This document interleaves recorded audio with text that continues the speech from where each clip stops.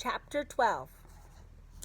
Just then, the sliding door bangs, and I jump. Fetchman is on the porch, his fat leathery glove on his hand and a familiar cap on his head. He tosses a white ball into the air and catches it.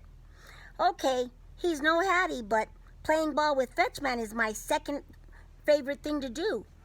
Excuse me, ladies, I have a game to play, I call over my shoulder, trotting to the porch. Go knock yourself out, Goldie says. Goldie, Patches scolds. Fetchman grabs another fat leathery glove off the porch. He bounds down the stairs, holding it out in the direction of the giant tree. Hattie, he calls excitedly. I'm leaping at his side for a better sniff and view. The glove on Fetchman's hand smells old and worn. It looks bigger than the other one, which is new and stiff. Fetchman beams proudly, like he's found a bone that was lost for a long, long time.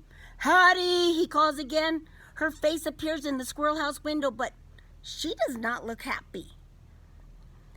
Hattie grimaces and shakes her head.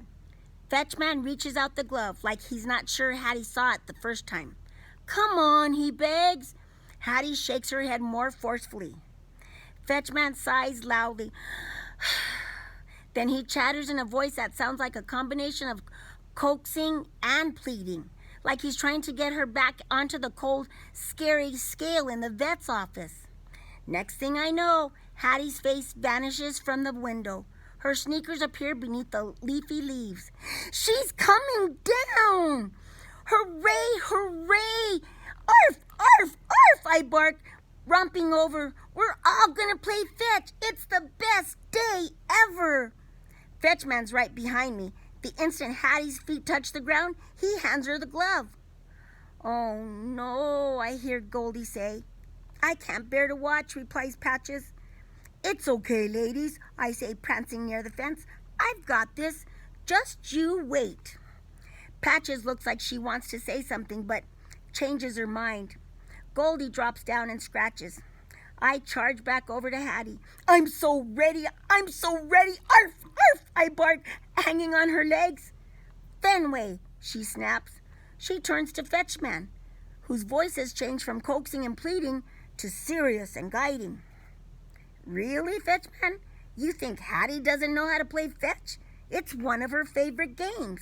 Let's go, I bark. Arf, arf, arf, circling their feet. What are we waiting for? Fenway, stop, Hattie snaps again. Can you blame a dog for being impatient? Hattie trudges back to the porch and grabs her cap. She tucks on it, pulling her bushy tail through the back. Ready, she says. For one thing, she's standing way too close to Fetchman, giving him a huge head start. I trot into the middle of the grass, waiting for Fetchman to wind up and send the ball flying toward the back fence.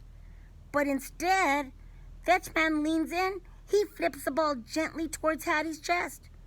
She slaps at it with her fat glove, but it bounces off and lands in the grass. Hattie hangs her head.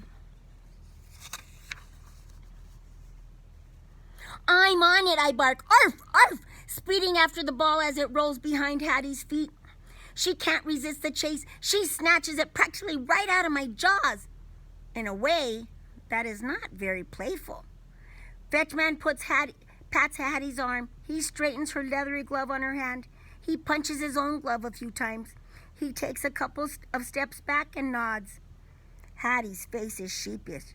She takes a loud breath. Her head goes back for the toss.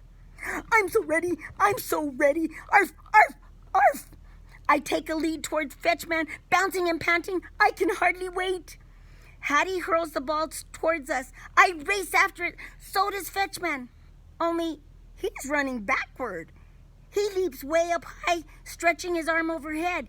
He grunts and thump. The ball smacks into his glove. No fair, I bark. Arf, arf, arf, springing up like I could possibly reach the ball in Fetchman's hand.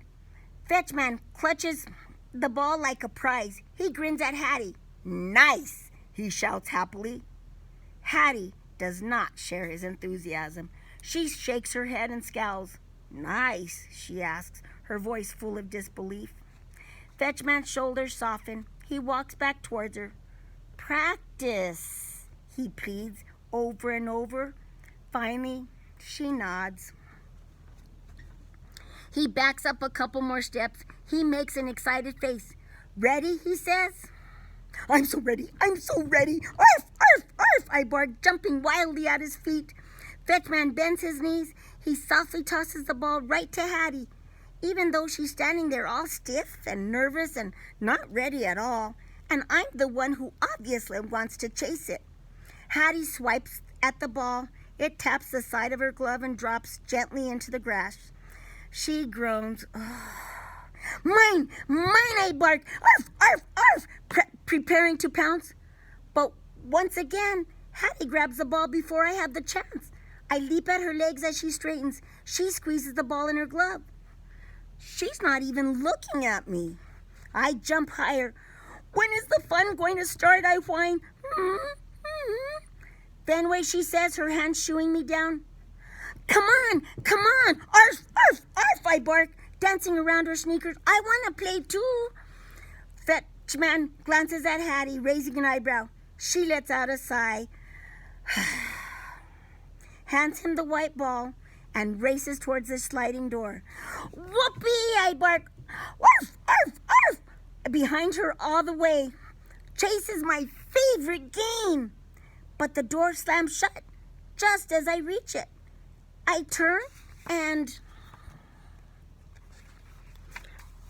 watch Fetchman flip the ball over his head and catch it a few times, perfectly content. Isn't he upset that Hattie ran off?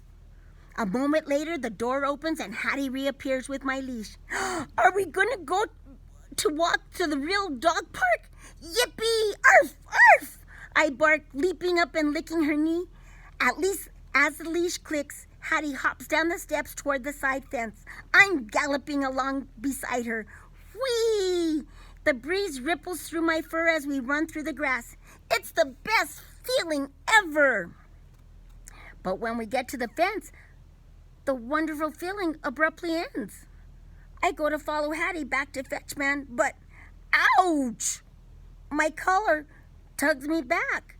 Somehow, my leash got wrapped around a slat in the fence. Hattie, help! Arf! Arf! I bark. I got stuck. As if she can't even hear me, Hattie tosses the ball back and forth with Fetchman, gently and seriously, like it's not even a game or any fun. Hattie is working and struggling, not playing.